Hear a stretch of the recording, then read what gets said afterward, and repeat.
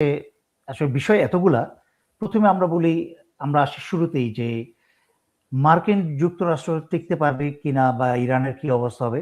গত আপনার সাথেই এবং আমি ব্যক্তিগতভাবে যে এই লাইভগুলা করেছি তাতে আমি ম্যাপ দেখিয়ে ব্যাখ্যা করেছি যে ইরানে আক্রমণ করা, স্থলভূমিতে আক্রমণ করা কেন সম্ভব নয় বা দুষ্কর, খুব কঠিন।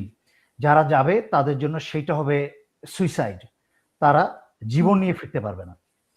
প্রথমেই উদাহরণটা নিই, সেই ইরাক যুক্তরাষ্ট্র যে অবৈধভাবে ইরাকে আক্রমণ করেছিল, ডব্লিউএমডি বা ওয়েপন অফ ম্যাস ডিস্ট্রাকশন, এটার মিথ্যা কথা বলে অজুহাত দেখিয়ে যে ইরাকে যে আক্রমণ করেছে ইসরায়েল এবং যুক্তরাষ্ট্র মিলে, সেখানে কিন্তু যুক্তরাষ্ট্র 3 লাখ সেনা পাঠিয়েছিল।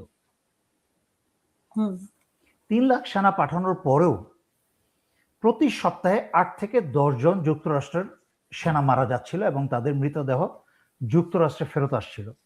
সেটা হচ্ছে সেই 2002-3 সালের কথা বলছি, 3 সালের কথা বলছি। তখন 3 লাখ সেনা পাঠিয়েছিল যুক্তরাষ্ট্র, তারপরও প্রতি সপ্তাহে 8 থেকে 10টা যুক্তরাষ্ট্রের সেনার মৃতদেহ যুক্তরাষ্ট্রে কফিনের বক্সে করে ফেরত আসছিল। আর এরপরে তো যুক্তরাষ্ট্র সারা দুনিয়াতে বহু মাস্তানি করেছে, বহু জায়গায় নিয়োজিত হয়েছে। এক মধ্যপ্রাচ্যেই তাদের কয়েক ট্রিলিয়ন ডলার ব্যয় করেছে তাদের সেনা ঘাঁটি তৈরিতে, যেগুলা ইরান ধ্বংস করে দিয়েছে, যেগুলা থেকে কোনো প্রকার আক্রমণ চালানো যুক্তরাষ্ট্রের পক্ষে সম্ভব নয়। সুতরাং এখন যেহেতু ইসরায়েল এবং যুক্তরাষ্ট্র যৌথ বাহিনী ইরানের বিরুদ্ধে, তাই আমি যখনই যে কোনো রেফারেন্স দিব আমি ইসরায়েল এবং যুক্তরাষ্ট্র মিলেই কথাটা বলবো। ইসরায়েল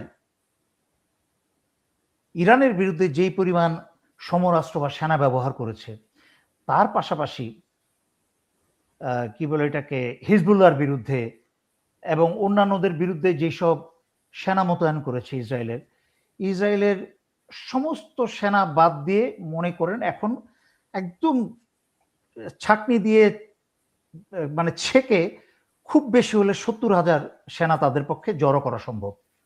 তাও এই 70,000 সেনা হচ্ছে ক্লান্ত, দুর্বল, গাজায় ক্রমাগত নারী এবং শিশু হত্যা করতে করতে তারা মানসিকভাবে বিকারগ্রস্ত এবং তারা শারীরিকভাবে মানসিকভাবে অত্যন্ত দুর্বল, ভেঙে পড়েছে। তাদের পক্ষে যুদ্ধ চালিয়ে যাওয়া সম্ভব না। এবং একই সাথে তারা এতদিন গাজায় উল্লাস করেছে গণহত্যা করে, এখন তাদের ইরান যখন তাদের বাড়িঘর, বিল্ডিং, অ্যাপার্টমেন্ট উড়িয়ে দিচ্ছে, তখন তারা চিৎকার করে কান্না করছে। এটাই হচ্ছে একটা জিনিস যেটা সামরিক বাহিনীতে আমরা সবসময় বলি, জয় পরাজয় নির্ভর করে মূলত একটা জিনিসের উপরে, একটা গুরুত্বপূর্ণ বিষয়ের উপরে জয় পরাজয় নির্ভর করে। সেটা হচ্ছে দ্য কজ, কারণ। কি কারণে কোন বাহিনী কার বিরুদ্ধে যুদ্ধ করছে সেই কারণটার উপরে নির্ভর করে জয় পরাজয়ের একটা বিশাল সম্ভাবনা, হারবে না জিতবে। কজ বা কারণ যদি ভুল হয় তাহলে হারার সম্ভাবনাই খুব স্বাভাবিক। ইসরায়েল অন্যের দেশে আক্রমণ করছে এবং যুক্তরাষ্ট্র অন্যের দেশে অন্যায়ভাবে আক্রমণ করছে, অন্য দেশের শান্তিপ্রিয় মানুষের উপরে আক্রমণ করে নারী, শিশু এবং পুরুষ হত্যা করছে, তাদের সম্পত্তি ধ্বংস করছে। দখলদার বাহিনী, সন্ত্রাসী বাহিনী। তার মানে তাদের কারণটা হচ্ছে অত্যন্ত দুর্বল। এই কারণটার কারণেই কিন্তু, এই উদ্দেশ্যের কারণেই কিন্তু তারা প্রথমেই পরাজিত। আর ইরান তথা প্যালেস্টাইন, প্রথমে প্যালেস্টাইন আমার তো বলা ব্যাখ্যা করার প্রয়োজন নাই, তাদের নিজস্ব ভূমি, তাদের নিজস্ব দেশ পুনরুদ্ধারের জন্য তারা যুদ্ধ করে যাচ্ছে এবং তারা নিজে টিকে থাকার জন্য। ইরান তাদের প্রতিরক্ষার জন্য এবং তারা টিকে থাকার জন্য, এটা কিন্তু খুব অত্যন্ত গুরুত্বপূর্ণ একটা শব্দ মনে রাখতে হবে, টিকে থাকা বা সার্ভাইভাল। কারণ সেখানে প্যালেস্টাইন এবং ইরানের কারণটা হচ্ছে শক্তিশালী। সেই ক্ষেত্রে ইসরায়েল আমরা দেখতে পাচ্ছি যখনই একটা বোমা পড়ছে ইসরায়েলে, তখন ইঁদুরের বাচ্চার মতো সব পালাচ্ছে। আবার যখন যুক্তরাষ্ট্রের, মিডল ইস্টের যুক্তরাষ্ট্রের বেসগুলোতে আক্রমণ হচ্ছে, এর আগে তো অর্ধেকের বেশি সেনা, যুক্তরাষ্ট্রের সেনা সরিয়ে নেওয়া হয়েছে অনেক আগেই, যুদ্ধ আক্রমণ, ইরান আক্রমণ করার আগেই। তারপরও যারা ছিল তারা মাটির বহু নিচে বাংকারে লুকিয়ে ছিল ইঁদুরের গর্তের মতো। আপনাকে অনুরোধ করব জনতার বোঝার স্বার্থে, এই ইরান জাতির ইমানের শক্তি এবং তারা কোন পর্যায়ের জাতি সেটা বোঝানোর জন্য একটা ভিডিও দেখানোর জন্য অনুরোধ করবো। প্লিজ ওই ভিডিওটা দেখান, যেখানে ইরানিরা রাস্তায় উন্মুক্তভাবে আল্লাহু আকবরের ব্যাখ্যা করছে, তখন যুক্তরাষ্ট্র এবং ইসরায়েল তাদের উপর বোমা ছুটছে, সামান্যতম নড়চড় নাই, তাদের স্থান পরিবর্তন করে নাই।